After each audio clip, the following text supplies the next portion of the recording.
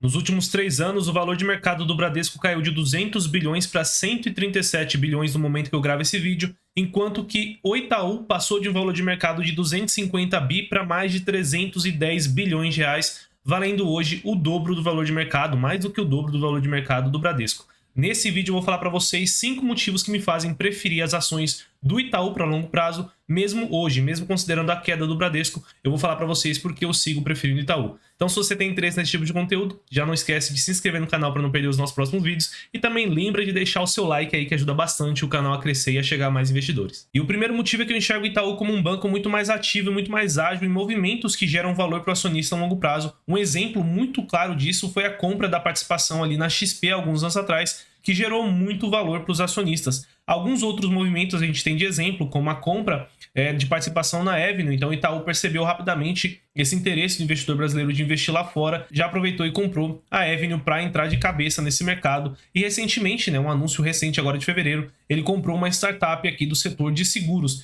Então se você for pegar no histórico recente aí dos últimos 10 anos do Itaú, vocês vão encontrar várias aquisições. Teve também participação ali de joint venture com a TOTS, por exemplo, que eu nem trouxe aqui. Então é um banco muito ativo buscando ali alternativas para gerar valor, já que ele é tão gigante, ele precisa buscar outros movimentos fora do seu mercado, fora do mercado de crédito. Já o Bradesco, se você pesquisar Bradesco aquisições, BBDC aquisições no Google, você vai encontrar algumas menções. Uma de 2008, que foi a compra da Ágora, uma de 2009, que foi a Odontoprev, sendo que a Odontoprev é uma empresa que tem operação ali standalone, né? Ela se toca sozinha, digamos assim, então é mais um investimento, e também a aquisição de parte de operações aqui da HSBC lá em 2016, um movimento que nem se compara à fusão do Itaú com o Unibanco ali no final dos anos 2000.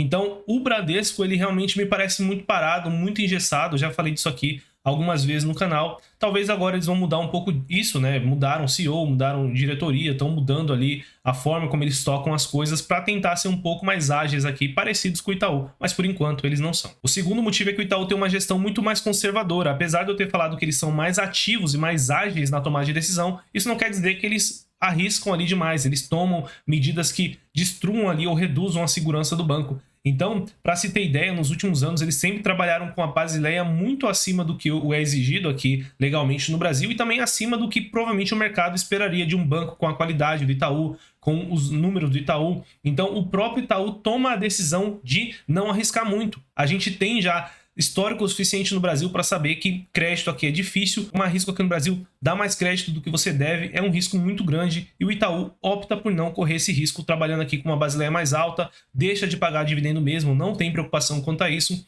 enquanto quando a gente vai aqui no Bradesco, a gente vê uma figura completamente diferente. Então, a Basileia ali rodando na casa de 13, o que não é ruim, como eu disse aqui, está acima do que é legalmente previsto aqui no Brasil, mas abaixo do Itaú. Então, mesmo o Bradesco estando numa situação mais difícil agora, com inadimplência pior, com os resultados piorando, ele segue pagando mais dividendo, ele segue com uma Basileia um pouco mais pressionada, ele segue dando crédito, porque se a Basileia está baixa é porque ele está dando crédito demais. Então, o Bradesco, ele toca a operação ali no dia a dia de uma forma um pouco mais arriscada do que o Itaú. E eu acho que o conservadorismo do setor de crédito, ele se paga no longo prazo. Normalmente, nos outros setores, aquele que arrisca mais, ele acaba ganhando mais, mas no crédito, especificamente aqui no Brasil, aquele que é mais conservador acaba ganhando mais. E essa questão de ser um banco mais arriscado vai continuar no Bradesco, porque no guidance que eles mesmos passaram para o mercado aqui recentemente, no último resultado, eles esperam uma expansão da carteira de crédito de até 11% para o ano que vem e uma PDD que vai chegar a 39 bilhões. Quando a gente pega o Itaú, que está numa situação muito melhor, poderia dar muito mais crédito, tem uma Basileia muito mais tranquila,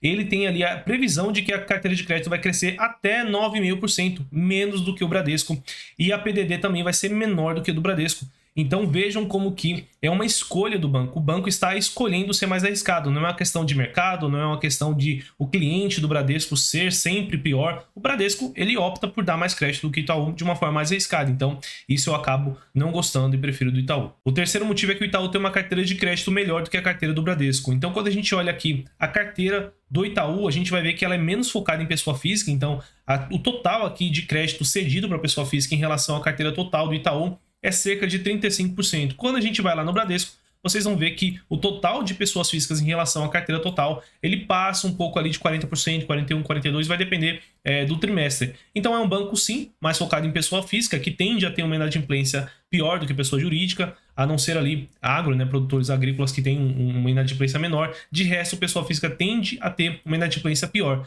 Mas mesmo quando a gente olha aqui os números de inadimplência, eu não vou nem pegar os números totais, porque todo mundo sabe que o Itaú ele roda com um nível de inadimplência muito bom, próximo a 3%, muito abaixo aqui do Bradesco.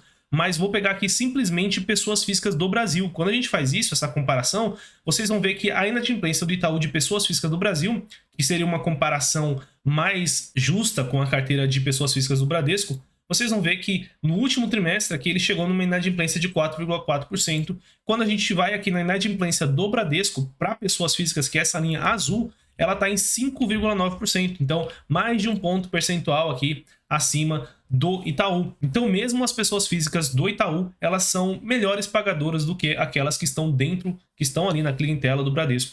Então, eu gosto muito mais da carteira de crédito do Itaú. O quarto motivo é que o Itaú ele é muito mais blindado ao crescimento das fintechs, dos bancos digitais. Se você quiser entender mais, tem vídeo completo de análise do Itaú e do Bradesco aqui no canal, onde eu explico mais sobre o foco, o público-alvo de cada um.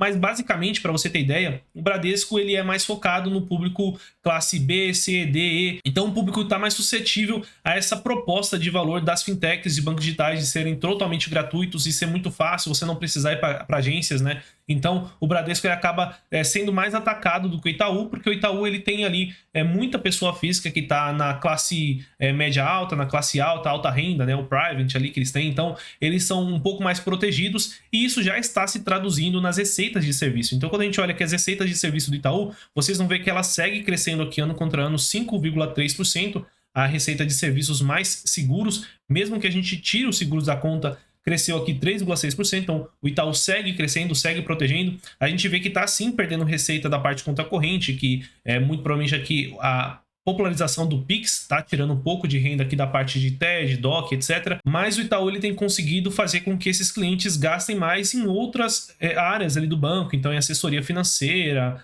corretagem de investimentos. Já o Bradesco, ele tem já apresentado queda na receita de serviço. Então, no ano agora de 2023, a receita de serviço teve uma queda de 0,1%. É pouco, mas é o único banco dentre os grandes bancos que está tendo queda nessa parte de serviço. Então, conta corrente também caiu aqui para o Bradesco, operação de crédito caiu, o serviço de custódia e corretagem caiu. Então, a impressão é que o Bradesco está sendo muito mais atacado pelas fintechs do que o Itaú. Fora que o Itaú ele tem outras alternativas, ele tem o IT, ele tem agora a Avenue, ele tem já as próprias fintechs dele, e ele é um banco já muito mais digitalizado, muito mais digital do que o Bradesco, que acabou demorando para acordar para essa corrida digital. Então, até nisso aqui, eu prefiro mais o Itaú do que o Bradesco. E o quinto e último motivo é simplesmente o preço. Eu vi muitos comentarem que o Bradesco está descontado, que o Bradesco está barato, que o Bradesco está de graça, mas quando a gente olha aqui, por exemplo, o PL, vocês vão ver que o Bradesco ele hoje negocia com o mesmo preço-lucro do Itaú, que está entregando resultados muito melhores do que o Bradesco e tem expectativa de pagar bem mais dividendo daqui para frente do que o Bradesco pagou no passado. Então, quando a gente vê aqui outros números, por exemplo, o dividend yield, vocês vão ver que o Itaú ele tem um dividend yield de quase 4%, porque ele pagou um payout de 32%. Agora, com a expansão de payout que ele vai ter, que é algo que a gente já tinha falado que ia acontecer aqui no canal, no vídeo recente sobre Itaúsa, como ele vai aumentar para ser mais de 60% de payout, o dividend yield vai ser mais de 8% numa empresa que está crescendo resultado, crescendo fundamento, crescendo lucro, que você não está perdendo valor patrimonial. Já o Bradesco ele vai te pagar 7%, pagou na verdade 7%, pagou menos, enquanto que as ações caíram 50% nos últimos anos. O que adianta você receber dividendo? Então, você está recebendo por uma mão aqui, por exemplo, R$100 e está perdendo 500 de valor patrimonial. Então, assim, tem que pensar muito bem antes de fazer esse tipo de escolha e tomar esse tipo de decisão. Então, pelo PL, a gente vê que os dois estão muito parecidos. Se o Bradesco continuar tendo piora de lucro, pode ser que a gente veja, assim, novamente o PL cair, né, o valor de mercado cair para ficar com o PL novamente parecido com o Itaú, enquanto que o Itaú estiver crescendo lucro, o valor de mercado dele vai subir, as ações vão subir para deixar o PL também próximo ali a 10 vezes. Então, na minha visão, eles não estão necessariamente muito caros aqui no caso do Itaú, nem muito baratos no caso de Bradesco. Na minha visão, o Itaú, ainda assim, ainda hoje, depois dessa queda de 50%, ainda é uma decisão pensando em risco de retorno melhor do que o Bradesco. Por isso que, mesmo considerando o preço, eu gosto mais do Itaú do que de Bradesco. Se você gostou do vídeo, não esquece de se inscrever para não perder os nossos próximos vídeos e também deixa o like que ajuda bastante o canal a crescer e a chegar a mais investidores. Eu vou ficando por aqui, bons investimentos e até o próximo vídeo.